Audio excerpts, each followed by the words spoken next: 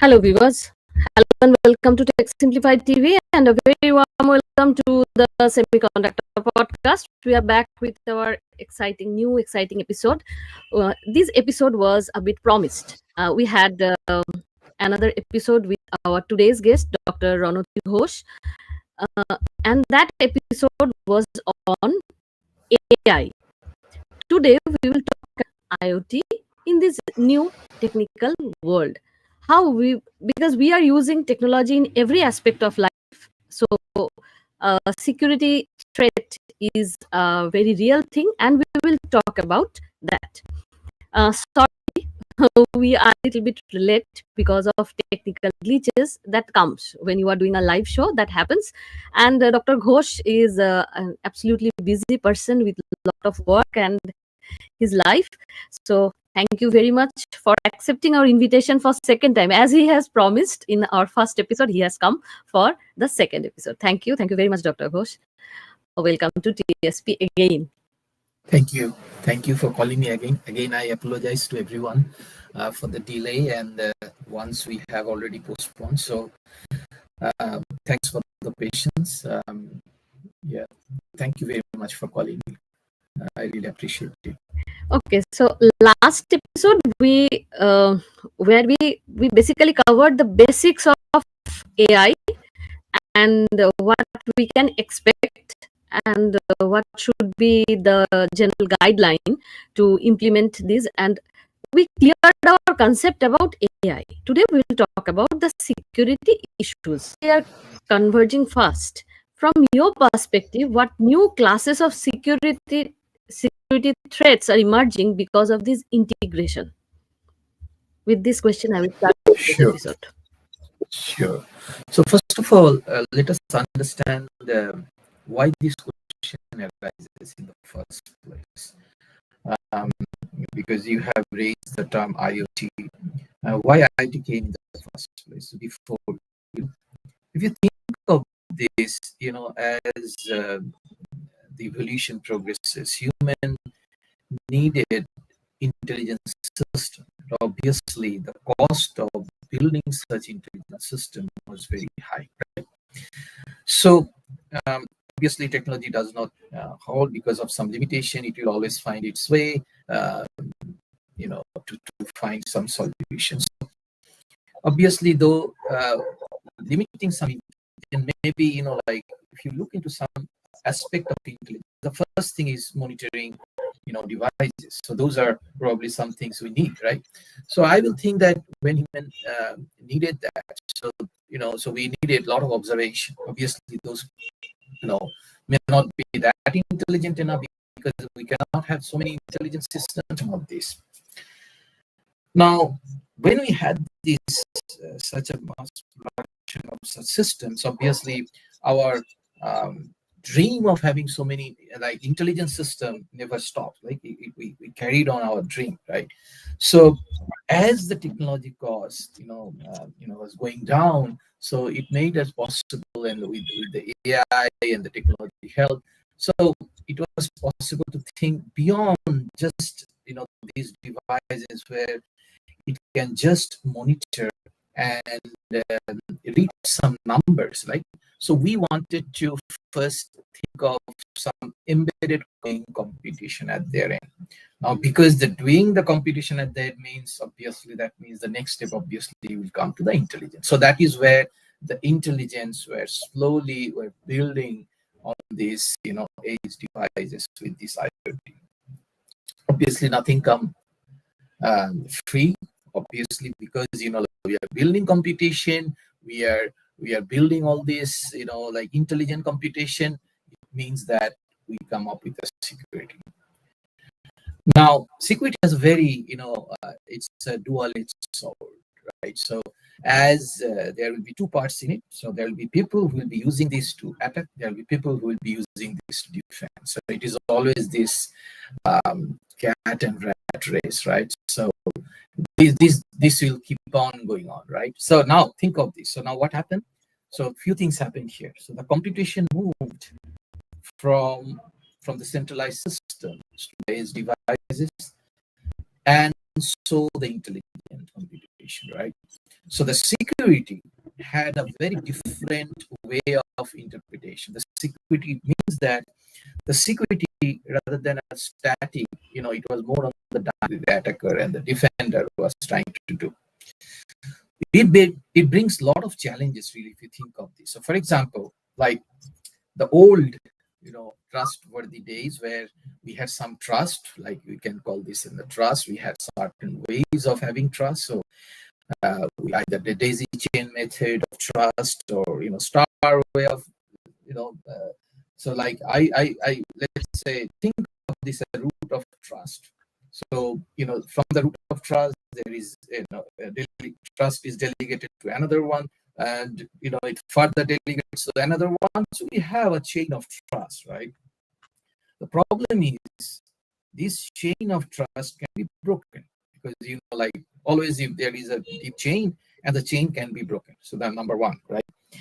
And so the security definitely, that means will be an issue. And so the trust, we want to move from the software level. We thought, okay, so what happens is if we try to move this to the hardware level. Mhm. So we think of PUF and all these things, security level and all those. There are also like challenges with that, right? Because when we have the PUF, we think that this is physically like according to the physics, and although it's not ideally physics, it is actually some manufacturing defect and all. It's not completely coming from the physics point of view. But when you think of the security and it comes to the system, you can think of this from an entropy perspective. So that means a higher order entropy. It means like it is more secure the system, right? When you think of this higher order entropy, unfortunately we think of, okay, that is only like applicable to the brute force search. So for example, if I have 128 bits, so for example, ideal. And brute force search, obviously, like that is what we think of. That is why it is impossible. But there are a lot of leakage. So, for example, even if you think of, path like SRAM, we have bias, we have correlation. So there are a lot of, like it's not ideal. So 128 probably it will further reduce to much less and all those things. So security is an issue. So that is why all this discussion, I think, today we have moved the computation, the intelligent computation to a different devices. The security has changed its dynamics with the AI. So I think that's how we should think of this. So when we say convergence, that is what is happening, because as AI is developed, as the technology is helping AI to build intelligence with less cost, this race will go on, and we'll always try to move from one place to another. Like for example, building one intelligence system for the security purpose, it will move to the edges, it will move to more and more fundamental levels. So from the software to hardware,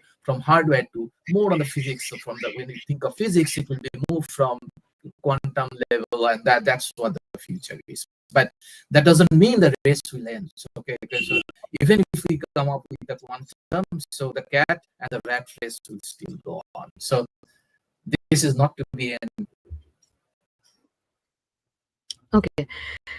So AI models can be attacked through data poisoning. So how this kind of threat is, how much seriousness we can give, and how serious these kind of threats are in real world deployment? Is it possible? This is very serious issue actually. For example, let's say if the data can be corrupted, the AI model, whatever it is ultimately the decision. It's based on some perception. Mm-hmm. So there are the layers of where you can inject these type of things also increases. So it is not only more in the data layer. So I change some data and I manipulate the data. Obviously, there are certain problems with that. But just imagine now, so what the data probably can lead to the problem is certain levels. But the whole perception level, the decision level, that will work on this data, I can also inject to that. And that obviously means that the really the devastation will be much, much more. Think of this.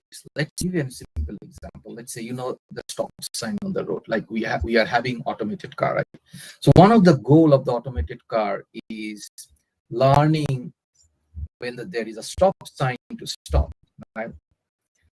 Now let's say, some attacker thinks that, okay, so there is a stop sign, then there is a pole, and the data looks like the pole normally has a raw data, and they can actually build, I mean, weak this relationship of the stop sign. So you have a stop sign and the pole, right? So what they can do now, they can actually add more rust sign, let's say, and then probably they say, they can say, okay, there is no stop sign for those images that they inject, but the rust pole will be there. So the decision engine, like what will happen? So for example, it will learn completely different things because it will find more correlation on the rust sign, because if there is more data, because they can say that the stop sign is actually correlated to the rusting of the pole. So those type of ways attacker can get hold of this, in terms of automated car industry. It can even the critical biomedical devices, if they can, inject those type of decisions. Think about defense. Defense is a big issue. Like, so for example, because nowadays, there are OEMs, and the chips are probably, fabricated somewhere else. So what happens? Like, let's say they have hardware Trojan and all. I'm just taking an example. For example, let's say China, right? So they produce a lot of fabrication. They have a lot of fabrication, and let's say, they have a hardware Trojan. They say, okay, if US, for example, tomorrow throws a missile, then the Trojan will be activated. This is very much possible, right? So military, defense, and those are also, it's a very real problem they are working with. So yes, the more because AI builds these decisioning layers, it can be corrupted at every levels, and more it goes to the higher level, and more the chances of devastation. And so we have to be very. Okay. So when we are implementing these IoT devices, so and it's system, so and they are becoming, if this kind of threats are there, they are becoming very vulnerable. So from our side, can we use AI to prevent that? That attacker will use for sure, because attacker will always find out a better way to attack that, and there is no way, like you can leave AI from the defense perspective. You have to. The one, if you really want to think of this, whether it is asymmetric, like for example, you have more ways of controlling that. So probably I will say that still probably have little bit in a better position, you can come up with a better system. So that is why still the attack is less than the defense. Like we don't hear probably every day some big issue, but yes, when that happens, it is probably big. But the reason for that is it's not very easy to attack, because like unfortunately, like we have a lot of mechanism in building such a defense, and we have a lot of things that we do. The only reason, a lot of ways that there are leakage, and there are many ways. Like you cannot build something perfect system, right? So yes, so when you think of building a system, building some intelligent systems, you cannot think of having go in the reverse direction and say, okay, I am, and that will be distributed. So that is the future. But all we have to do is, like we have to do as much as we can in terms of where it is possible to make reverse engineering more difficult, We have to have some more trusted relationship, and all those things we have to do, especially now that the whole, if you look at the ASIC system, the so you cannot, but you can take some certain steps, and that is the only way you can go about it. Now we are using, I mean, those who don't really understand these threats and about AI, those are also using this payment gateway, digital wallets, GTAG system, everything we are using, right? So is it only on the service provider that from whom I am taking this service? It's about their system. I have a login, I have a ID there, and I am doing monetary transactions through that gateway. So it's only on them, or as a user, I can follow some I can follow some rules so that I can be safe. Like government, from government side, I mean, they always keep on saying or do this, send this message that don't click any link and all. Is that is enough, or do we need to know more? I mean, it's a two-party thing. No, someone is service provider and I'm a consumer. So it's my money. I am also responsible. So what should I do? Actually, the first of all, knowledge is not asymmetry, right? So unfortunately, people with higher knowledge, can create a havoc in the society, right? And so neither knowledge is asymmetry. Even if you think of the society as a whole, like the flawed, when something like that happens, it is actually the it is distributed among the society, but the profit initiative of security and all is actually, it remains with the corporate, like few ones. So it's a very asymmetric way of thinking, if you really think of this. So they are not really, so we do not have currently an economic penalty or something like that, where it is, have like this type of flaw by companies. So unfortunately, that is the thing, and it is a society that we all share this flaw among us, right? So definitely, I think I can think of, and the only reason it is happening because probably, the impact, though the impact is high, it is in the less number. So probably, like as people become more aware, probably, we can pressurize to have more rules so that they can also share the burden of this cost, right? This corporate share the burden of this cost until, because like if you really think of this, the time to market for building such is almost like a 6 to like 1 year differences to have a proper. They can definitely take that, the way, if you really study these projects, and they probably could have like 1 year less time to market, but the competition is such that they don't want to take that route. And the second thing is also, the cost is probably, like probably 10-15% higher to have that security cost, and that is also they do not want. So it's a corporate greed, there is no doubt about it. So that, definitely I think the government has more role to play. Yes, we being aware will help, but that doesn't solve the problem. So until unless really we have certain things mandatory, very hard, so the penalty has to be equally, if not greater, at least equally the same, if they do, so that their total profit completely overpowered by this penalty. And that is one way I think that the government can take some initiative, and I think we can also can play a role in that. Having said that, as I said, that it's not static, static system. It will keep on changing.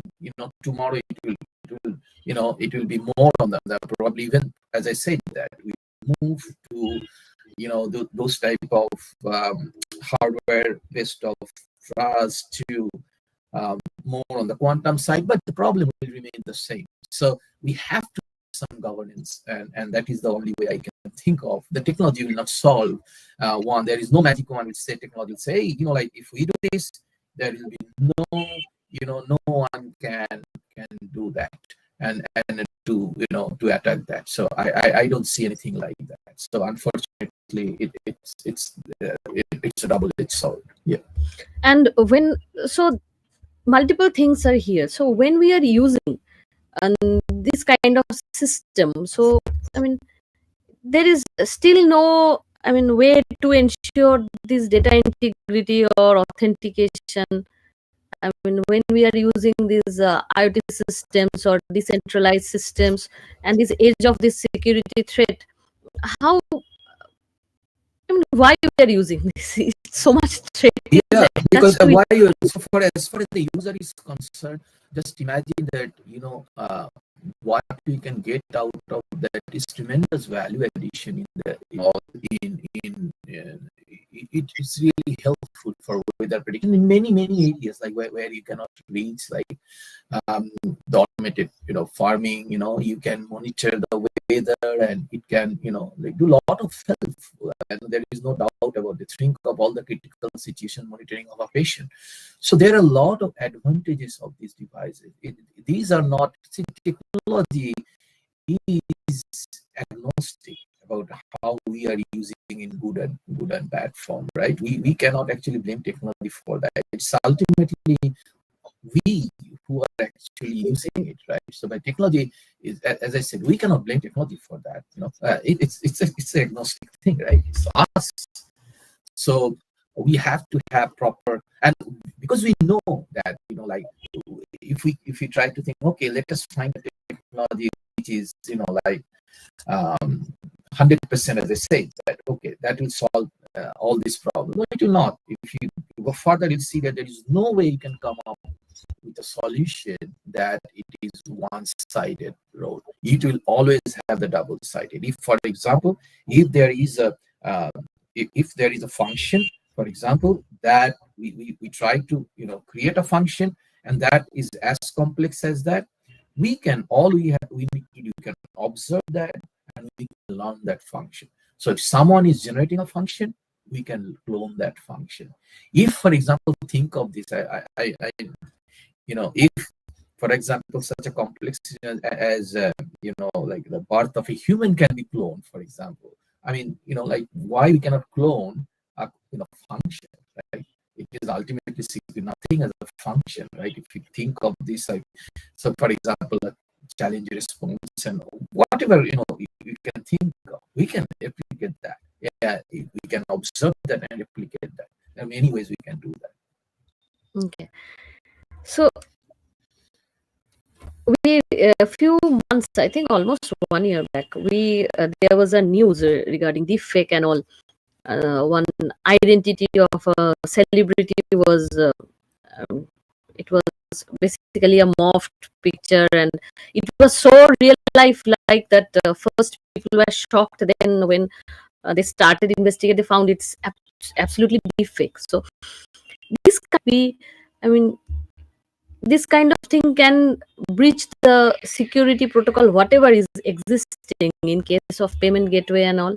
Is it possible? Yes, absolutely. So there are a lot of works being, going on in this area. So deepfake is a real problem. Obviously, the examples you are talking about, obviously, it's there are more severe problems. Even not an individual level, where like probably like it can affect probably a large organization or a society and something like that. So a lot of works are going on. One of the thing you can think of is the digital sort of signature, like and the trust. So there are a lot of things are going on in this area, like for example, where it is originating. So every device, so for example, whether they can have some sort of identity, and that's the key. So who is generating the data? So can we trust that source? How do we know that is one thing? How do you know that is the tempered or not? So there are further algorithms to do that, right? And so it's like, think of this like now, because digitally data is being generated. So what we need to know that, from the source where the data is generated, because we do not know from where it is, like if the author that is creating it, it's this, the same source. That's the fundamental trust we need to build. And just any digital source that is generating that data, can we have this type of unique ID? And if that ID is tampered, what can we can put in place? What sort of algorithm we can put in place? So that means that cannot be, tampered. So there are a lot of works are going on in this area. And definitely, I think there will be a lot of solution that will come up. And many a times, like there have been many attacks, and we have learned. So for example, like if you really think of this, um, like many SAT type of, like attack, for example, for SRAM and all. So there are many things that through this attack we have learned, like because we also, like professional hackers and all, they also create, you know how we can break the system, and we can learn it before actually the true hacker does it. So we are also doing research that from both angles, so that we can solve that problem. So yes, I completely understand when a new technology comes in like generative AI. So there are some people who probably looked into the low aspect of things, that okay, we can generate data and we can think of this. But I think this will probably, people will be aware, once, like they will probably lose that edge very soon, that like just because we can generate images. And probably, soon there will be a system that they will you know they will identify that, and they'll be blocked. So I think soon we'll have, like for example, Facebook and all. Probably in 1-2 years we'll have system like that which can detect that like it's a fake image, and it can identify if it is, like if they really want to do it today, they can do it. Like they can definitely understand if the image is fake or not. There are adversarial training, there are many methods to do that. You are in USA, and technically, when this technical advancement, these all these advanced topics and everything, mostly the wave comes from west to east, and still we look towards west. From India, we look towards west. So you are staying there, you are working there. Have you noticed that the kind of the seriousness the serious issues and threats we are talking about today, from government side and from organization side, they they are in a systematic way working to mitigate all these serious threats? Is there, what is going on, I what you think can see? uh, first of all, I think Western society, in general consciousness, I mean, that is what I feel is much more. However, that doesn't mean that we are not seeing this type of examples where this type of attack happening. In fact, a lot of attacks has happened. Just being it's just that we are constant, and that means that you know um, probably I will say that the policies are more favorable, how quickly they have to implement and all that. That's what the changes I can see here being implemented. If something is required for the society, because the people are more conscious, that doesn't stop everything, but it is just that the difference you see here, it is just because the effect changes things faster. That's how I feel. Okay. So this is basically Semiconductor Podcast. So I will ask one question from perspective of semiconductor design. As you have already mentioned about PUFs, so that is very authentic to our single chip, because it's somewhere, it's not only basic physics, it's about the material, about the manufacturing, the PUFs. So is it used already, or what kind of how we can use that PUFs to Uh, protect yeah. Yeah, from no, no, it is attacker. definitely in use in for example in in defense and all. They're highly they're being used like and as I said, there are many type of PUFs, right? Arbiter PUFs, ROPF, PUFs, and the SRAM PUFs. There are different type of PUFs.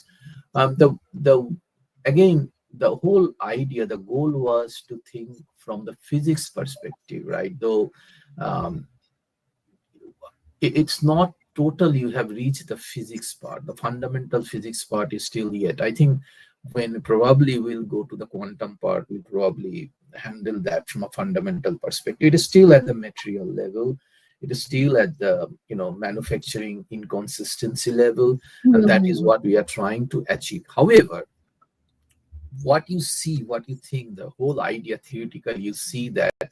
So, for example, let's say you have a, let's say, 4,000 or odd number of bits, but that's not what it gives you the entropy. To give you a simple example, like if I can create 100, like for example 24, let's say 124 bit, if it's completely it is completely follows the uniform distribution, then we are talking about somewhere around 2 to the power, like 124. That's the brute force search, right? Now, the first problem with this PUF type of things is it's around, we have seen that we achieve around like point 0.8 to around 0.95 maximum we can achieve. That's the highest in this RAM, right? Per bits. It is because, like for example, 60 to 70% of the bits, they probably, let's say, completely uniform, right? For what this mean that if you measure that across temperature, across, like the voltage and all those things, like you sort of measurement, like the every cell, they actually follows a Bernoulli distribution. And then if you look into the like, if you observe that across thousands and thousands of observations, let's say 4 or 5 thousand, they will form sort of a normal distribution. And you say that, like the mu and then there's the sigma, and that is where you'll see that follows normally distribution for those, right? But there are some bits which are biased, so it's not ideal uniform distribution. It might probably be, like for example 80%, like biased, or 60% biased. So that will reduce the entropy. Then you have certain bits which are correlated to others, so you see that again will decrease further this entropy. And then we have a helper function, like the helper bits, which is further reduce the entropy. So entropy will be reduced a lot. But you'll not get, for example, even with the PUF, forget about one, right? It will be much lower side, let's say zero point 0.8. But this is a very high entropy. Like point, even if you think of zero point 0.8, to zero point 0.8 into 1,000 is, like 4,000, let's say, for example, it's a 400, like entropy, which is again which is very high. The problem is you have side channel leakage. You have then other form of things that like where fault injection, that which actually then you can have the AI, and you can learn this through this challenge response function. So those are the things that actually reduce the efficacy of such system, right? So Okay. that's the problem. So obviously, the like what we are trying to get through this um, inconsistency, or let's say that through the entropy of such system, and the same thing is actually being applicable to the attackers, which actually can learn this function to sort of reduce the entropy. So for example, let's say if I, in a challenge response learning, if I had originally, let's say, 16 bit, I can very well reduce it to 4 bits, right? So let's say I take, or maybe let's say 8, okay? So think of this. So let's say 2 bit, I take an XOR, 2 bit, 2 bit, 2 bit. So now if I understand somehow this helper bit function, I immediately divide it by 2. So my entropy is just becomes half. So that means my entropy is reduced, my security is being reduced. So that is what the attacker will try to do. So the question is, yes, we have probably from the software level, we are moving towards where reverse engineering is very, very difficult and all those things, but that doesn't stop anything. So even with the puff and all, that is probably one of the safe sides. So there are a lot of works will happen, and but please understand that there will be a hardware level attacking that is happening. So that means, like if you do not have the trust with the, so for example, the foundry and all, and then it is possible that they can put some the Trojan, hardware Trojan, and there you go. I mean, it's always, like it's not 100% foolproof, but yes, it only probably one aspect probably they will say. But if it is like, having a very nice safe, but the keys is, someone can get access to the key, right?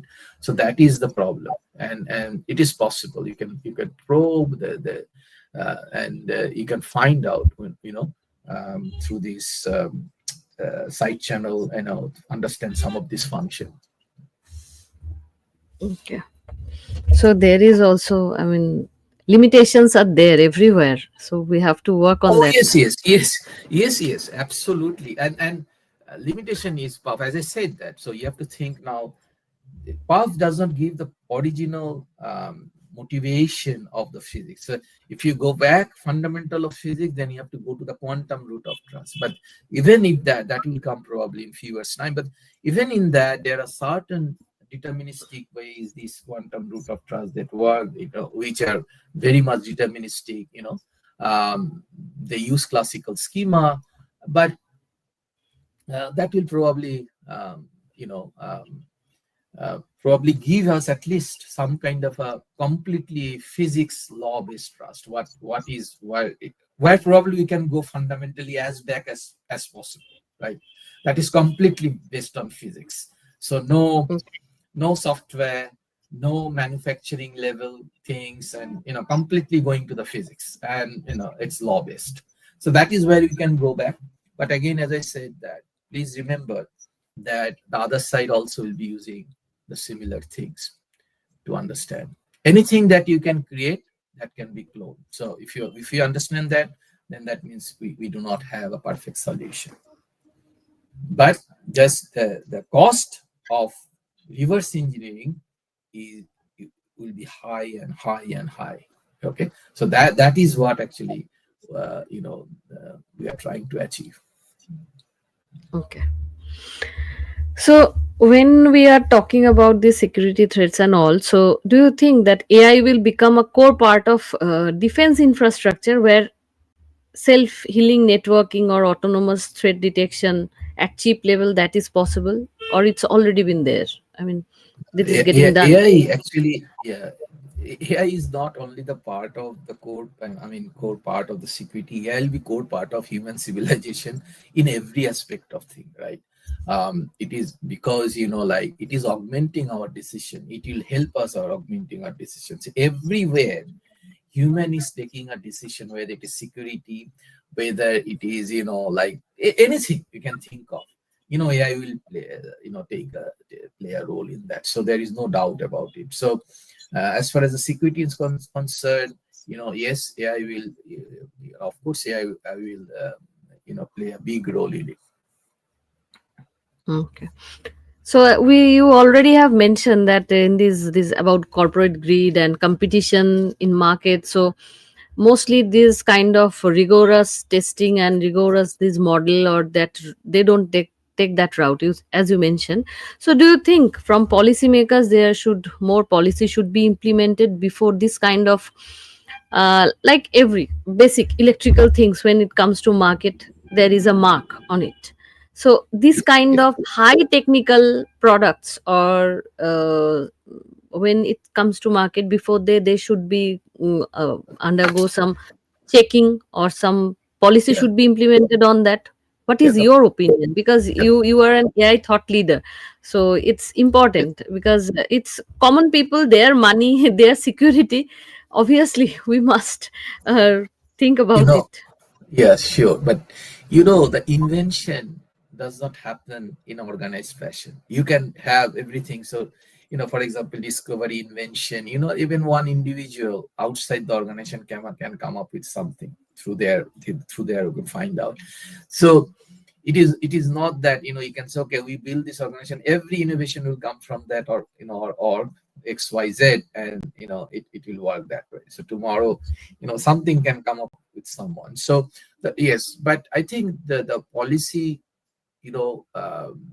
but when you think of this, like it is everywhere. Like, human greed, it is not only that in the digital world, right? If you even think of on non-digital world, that human greed is creating havoc in other areas also. Why to blame only the digital world? Digital world is just something that it's a different thing. Like, it is just like another, like fraud that happened by some human in a different ways. Like and if, for example, you see the problem has probably scaled up, but there are many things that, like in the economy and all, we are getting much more. So the addition has been much more than, for example, even the amount, it is still a percentage of what we actually achieve more, right? So we have to think from that angle. But that doesn't mean that, the policymaker, said, we cannot do anything. But that is definitely, and that will happen once we, as I said, the citizen will have to become more aware. I mean, they are the ones who have to drive this, because, once the government realize that, the people are more aware, Aware. they are more, yes, and that is where things change. And that is where I tried to actually, infer that Western societies are doing More things aware. differently just because society is different, right? They are much, much more aware of these things. But India, there are massive changes are happening, and I'm quite sure that, at least I see a lot of initiative. If you look into the semiconductor industry, there are a lot of opportunity coming up, and the government has taken some, I think, where I was reading somewhere, like more than 76,000 crore, something like that, they are trying to, invest, and there will be a lot of talents and a lot of opportunity, global opportunities for these young engineers. In 10-15 years time, probably they will have a very strong presence in the semiconductor, if everything, like goes according to the plan. And Hmm. with the talent, with the policy, if everything goes hand in hand, I think a lot of things, I mean, the way I see will change from India in the semiconductor, globally, in the semiconductor map for India. I see a lot of positive for the future. At least Yeah. government has realized what needs to be done. Hmm. Government is supporting in every way, Yes, and very, it's very it's supportive. Yes, even for in example, yes, last 2 years at least, that concept has changed. Previously it was, can we do it? Now it has become, yes, we can do it. We are starting late, but we can do it. That confidence has come. Yes, true. yes, It's yes, absolutely yes, true. yes. Even So US, if you really think of this, even US is trying to make their presence in the semiconductor space very well, because they are trying to understand the whole ecosystem. That there are a big chunk of in the semiconductor space. It is not only the rare earth materials and all, right? Um, Actually, it is probably dominated by non-US and probably non-Western countries. So um, now probably US is also trying to, make sure that they also have their role in it. and when we are using all this system, this IoT system, this smart now, I mean this whole, it's a smart apartment, all connected, everything is connected. It's because of convenience.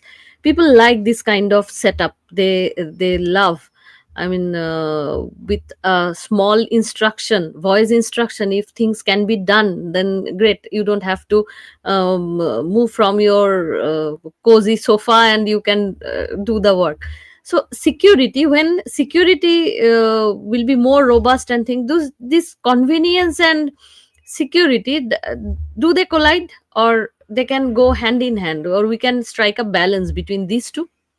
It's always it's a, one is fooling others, like convenience, and if you know what the result of the convenience. So once I think There was a situation where it was hacked, right? The whole home automation system was hacked, and hackers were talking to their kids during office hours, and it was like a very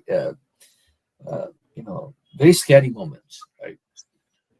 So the more we have developed such system, it's still I'll not say early, because like early has again its own pros and cons. Like when the technology is quite mature, it has its own pros and cons. So like this convenience will have a cost, um, and convenience always will have a cost, and the that cost we'll have to pay, and we have to think to reduce that that cost. That is where how much we can use the technology in our benefit, because ultimately you have to understand that the organization, the big organization, the organization, actually the government, from government level and all, they are all in our society in ideal world, right? So the people who are doing all these things, they are actually fragmented. So the I think the best way, in term, again, this ideal world, I don't know what probably some government has to might be having two faces. Like, we don't know all these things, right? We are probably a small fish in big pond in the thought. But ideally, I would like to believe that we are in a much better position to do something about it, so that like we get both the benefit of the convenience and security. Okay.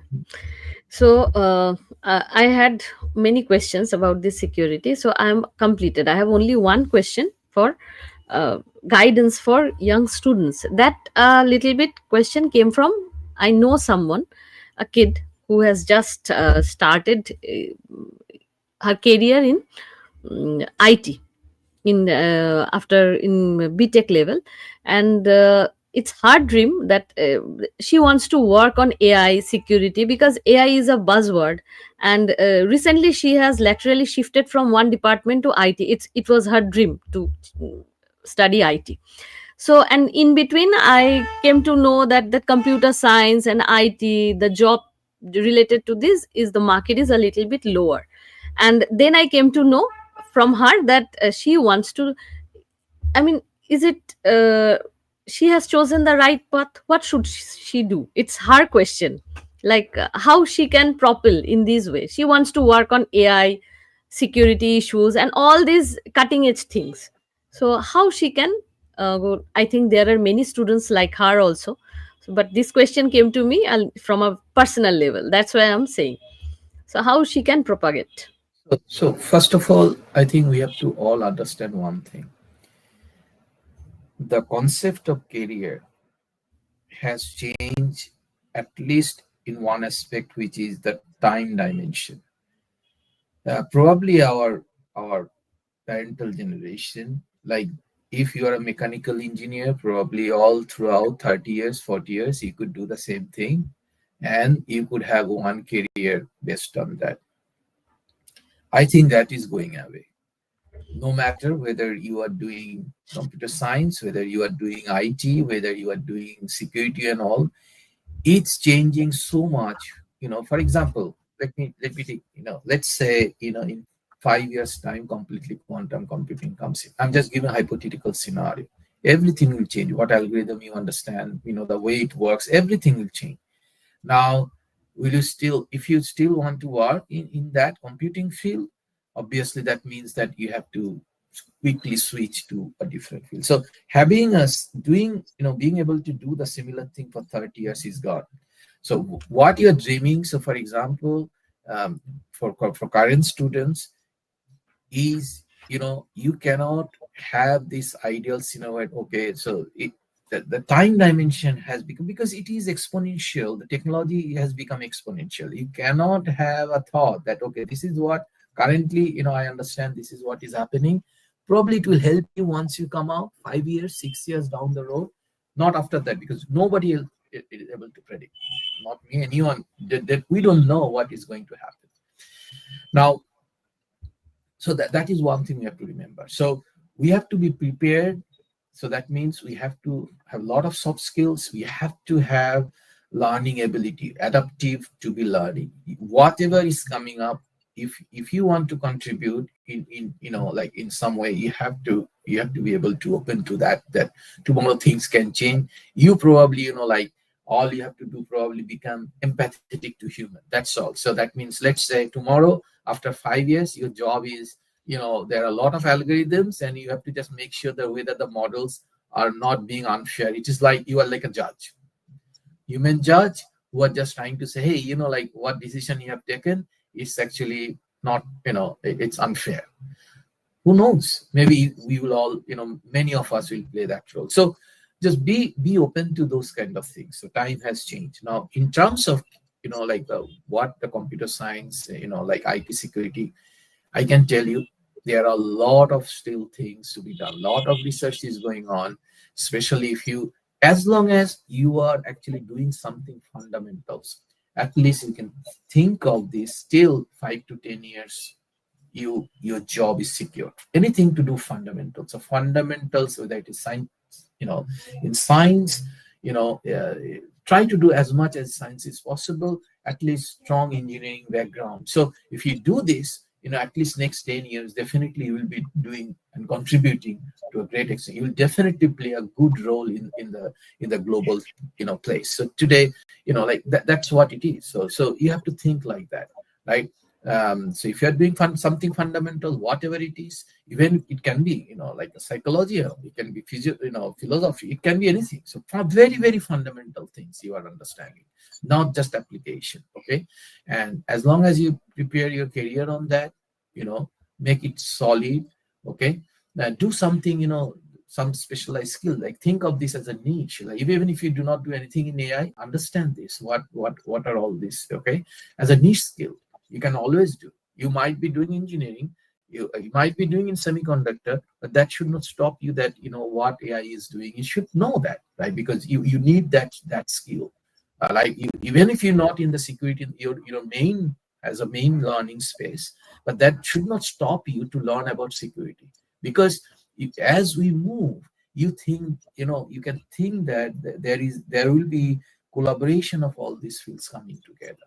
So if you can think how things are coming together, you will play a very, very big role in that, right? So like how physics, chemistry, biology, like different things are coming together, and that is what is going to happen. And AI will play a big role in when it comes to joining this thing. You think of the security, AI will be there.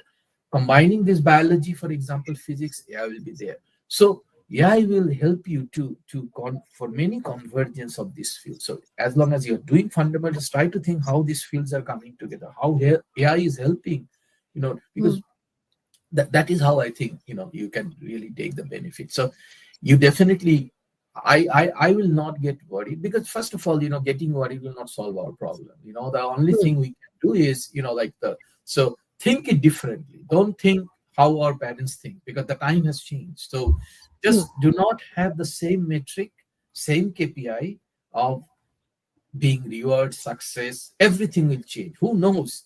Tomorrow, the definition of being human will be completely changed. What is meaning to be human? Maybe, like we'll realize that, okay, why are we supposed to do these type of jobs? Maybe not. We are not hired to do our jobs, right? Who knows? So just be prepared, be open for everything, because society is changing dramatically. So We have not been able to find, like what is the purpose of life? What is these things? We are just playing like a puppet. We are just doing what the society needs. We are doing that. So just be open that something can happen, and we are probably this exponential. Again, exponential does not mean that we are probably at the curve where actually the curvature is very, very high. Okay, that much I can tell you. At least the previous generation has not seen this curvature, and even our future generation will see more curvature than us. So be prepared for that. If the society, goes on, another, let's say 200, 300 years, hopefully more. Yeah. okay, so these were list of questions from my side. If you want to share something from your end and you thought I have not covered. So please, if No, you I have think anything in your mind. you definitely did a fantastic job. I have seen your questions from the first and this one also. I think you have done a good research, and Oh, you definitely picked up those um, which are really like the I think what people are asking, and important questions, I will say, and I hope that I was able to answer them. and security is such an important thing, and we are human. More we are progressing, we are becoming, I think, more and more paranoid and insecure. So security related issues are really, it's important to get addressed, and since you are expert in this domain, who can better answer this? So thank you very much for this session. It's almost 1 hour long session, and you bring out this time for us. Thank you very much for joining us, for giving us clarity on different topics. And I think our viewers will enjoy this episode also, like our previous episode with you. Uh, Thank you. Thank you very much. Thank you very much. That I can. Thank you. And okay, and viewers, thank you for staying up to this point. Don't forget to follow Tech Simplified TV, and don't forget to watch the Semiconductor podcast. So we will wrap up our session here. Thank you for staying up to this point. Thank you, and bye for today.